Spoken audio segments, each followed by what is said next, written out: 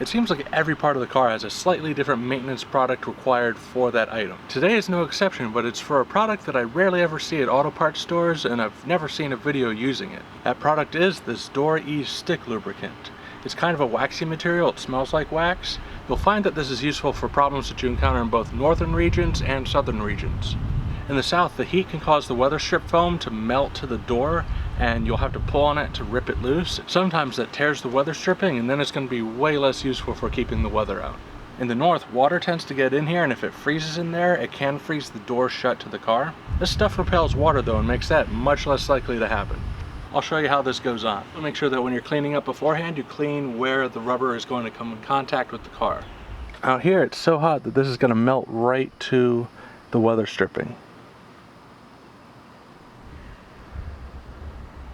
This is super convenient to put on because it's hard to put too much on.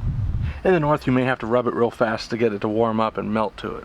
Most modern cars are going to have two sets of this. There's going to be weather stripping on the car itself and on the door. They don't come in contact with each other. They are two separate barriers, so make sure you put it on the door side and on the car side. Once you're done applying it to both sides, you can close the door, get to the next door. Once you're done with all the doors, the trunk and even under the hood has some.